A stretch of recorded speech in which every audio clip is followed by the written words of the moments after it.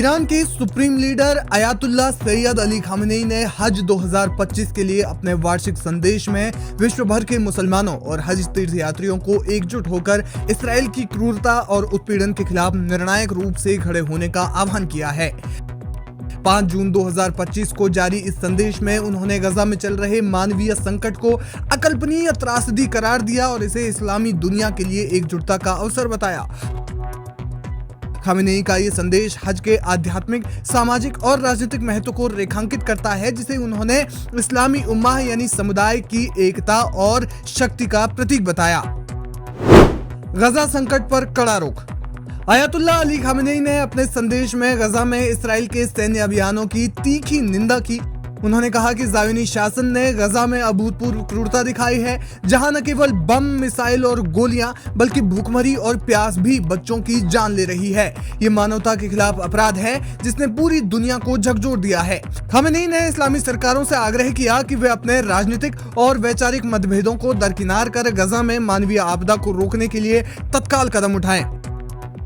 उन्होंने इस्लामिक मुल्कों से इसराइल को सैन्य, आर्थिक और राजनीतिक सहायता बंद करने की मांग की ताकि उसे वैश्विक स्तर पर अलग थलग किया जा सके।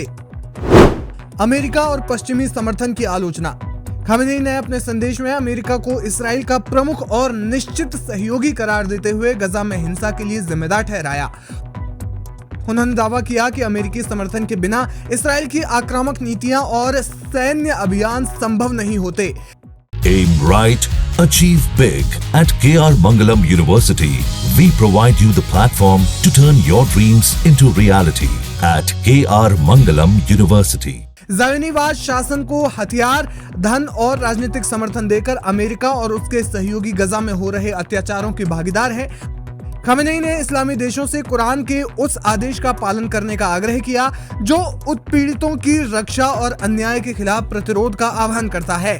उन्होंने तीर्थयात्रियों से अपने देशों की सरकारों पर दबाव डालने को कहा ताकि वे इसराइल के साथ सभी तरह के संबंध तोड़ें और अमेरिका के दबाव को खारिज करें। हज का प्रतीकात्मक और व्यवहारिक महत्व। खामेनी ने हज को न केवल आध्यात्मिक यात्रा बल्कि इस्लामी एकता और सामाजिक जागरूकता का मंच बताया। उन्होंने इसे सत्य के इर्द गिर्द तवाफ, शैतान पर निरंतर प्रहार और गरीब बच्चों और यात्रियों की मदद का प्रतीक करार दिया। हज को एक आदर्श जीवन की ओर प्रवास बताते हुए उन्होंने कहा कि तीर्थयात्रियों को ईश्वर की याद, भाईचारे और उत्पीड़न के खिलाफ प्रतिरोध की भावना से जोड़ता है। खामेनी ने हज के दौरान तीर्थयात्रियों से दुआ करने का आग्रह किया ताकि गजा और फिलिस्तीन के लोगों को ज़ायोनी शासन और उसके समर्थकों पर विजय मिले। उन्होंने हज के सामाजिक आयाम पर जोर देते हुए कहा कि इस्लामी उम्मा को एकजुट करने और वैश्विक स्तर पर उत्पीड़न के खिलाफ आवाज उठाने का अवसर प्रदान करता है। फिलिस्तीन के प्रति वैश्विक जागरूकता। खामेनी ने गजा के लोगों के चमत्कारी प्रतिरोध की सराहना की, जिसने फिलिस्तीनी मुद्दे को न केवल इस्लामी दुनिया बल्कि स्वतंत्रता प्रेमी वैश्विक समुदाय की प्राथमिकता बना दिया है। उन्होंने कहा कि इसराइल की मूर्खतापूर्ण और क्रूर नीतियों ने विश्व भर में उसके खिलाफ नफरत को बढ़ा दिया है। ज़ायोनी शासन की बुराई अब किसी से छिपी नहीं है। उन्होंने कहा कि गजा में हो रहे अत्याचारों ने वैश्विक समुदाय को इस मुद्दे के प्रति और जागरूक किया। खामेनी ने इस्लामी देशों से इस जागरूकता का लाभ उठाकर इसराइल के खिलाफ एकजुट कार्रवाई करने की अपील की। इस्लामी एकता का आह्वान। खामेनी ने अपने संदेश में बार बार इस्लामी एकता पर बल दिया। उन्होंने कहा कि हज का मंच विभिन्न इस्लामी समुदायों को एकजुट करता है, जहां मतभेदों को बुलाकर साझा लक्ष्यों के लिए काम किया जा सकता है। हज हमें सिखाता है कि इस्लामी उम्मा की ताकत उसकी एकता में है। ये समय है कि हम गजा में मासूम लोगों के लिए एकजुट होकर उनकी आवाज बने। इसके अलावा उन्होंने तीर्थयात्रियों से अपने देशों में लौटकर इस संदेश को फैलाने और सरकारों को इसराइल के खिलाफ कार्रवाई के लिए प्रेरित करने की अपील की। खामेनी का ये संदेश ऐसे समय में आया है जब मिडिल ईस्ट में तनाव अपने चरम पर है। गजा में इसराइल और हमास के बीच चल रहा संघर्ष, साथ ही हिजबुल्लाह और इसराइल के बीच नाजुक युद्ध विराम क्षेत्रीय अस्थिरता को और बढ़ा रहा है। खामेनी का संदेश इस्लामी दुनिया में ईरान की नेतृत्वकारी भूमिका को मजबूत करने और फिलिस्तीन के मुद्दे पर वैश्विक ध्यान केंद्रित करने की रणनीति का हिस्सा माना जा रहा है। ये संदेश न केवल तीर्थयात्रियों बल्कि इस्लामी सरकारों और वैश्विक समुदायों के लिए भी एक मजबूत राजनीतिक बयान है। कुल मिलाकर अयातुल्ला सैयद अली खामेनेई का हज 2025 का संदेश गजा में ज़ायोनी शासन के अत्याचारों के खिलाफ प्रतिरोध, इस्लामी एकता और अमेरिका की नीतियों की निंदा पर केंद्रित था। उन्होंने हज को एक आध्यात्मिक और राजनीतिक मंच के रूप में प्रस्तुत किया जो इस्लामी उम्मा को उत्पीड़न के खिलाफ एकजुट करने और गजा के लोगों के लिए न्याय की मांग करने का अवसर प्रदान करता है। ये संदेश मिडिल ईस्ट के जटिल भू राजनीतिक परिदृश्य में ईरान की स्थिति को मजबूत करने और फिलिस्तीन के मुद्दे को वैश्विक मंच पर लाने की कोशिश को दर्शाता है। ईरान ने हाल ही में चीन से कुछ ऐसा मंगाने का आदेश जारी किया जिसके बाद ऐसा लग रहा है कि इसराइल से तनातनी और बढ़ सकती है।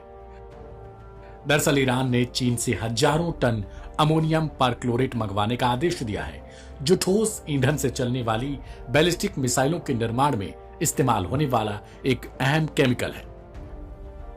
यह कदम उस वक्त सामने आया जब ईरान की अमेरिका के साथ परमाणु समझौते को लेकर बातचीत जारी है और इसराइल के साथ उसके संबंध पहले से ही बेहद तनावपूर्ण हैं।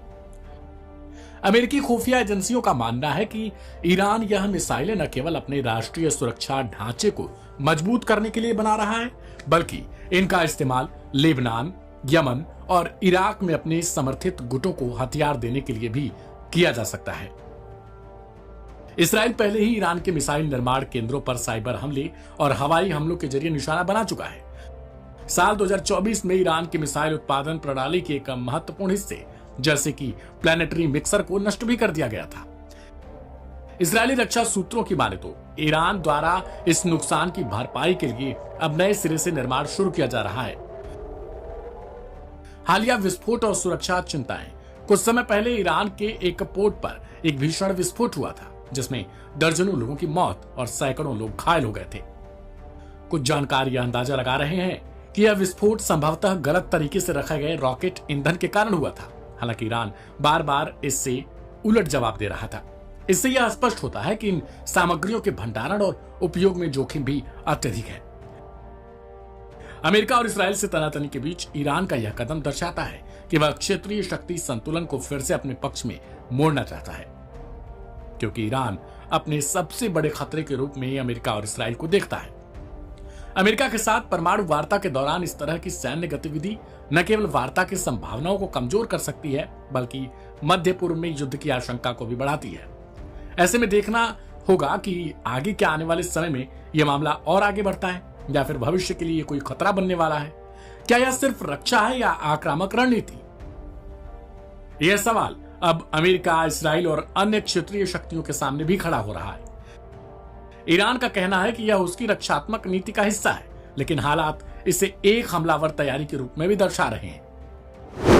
आखिर क्या है अमोनियम परक्लोरेट और इसका महत्व?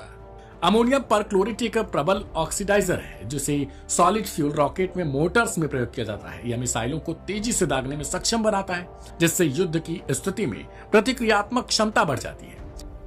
रिपोर्ट्स की माने तो चीन से जो सामग्री ईरान मंगवा रहा है वह करीब 800 बैलिस्टिक मिसाइलों के लिए पर्याप्त हो सकती है। इससे पहले ईरान ने चीन से सोडियम परक्लोरेट की खेप मंगवाई थी जिससे तकरीबन 260 मिसाइलें बन सकती थी। अब इधर अमेरिका और इसराइल पूरी तरीके से इस खबर पर नजर बना चुके हैं। देखना होगा कि आने वाले समय में इसे लेकर क्या कुछ होता है।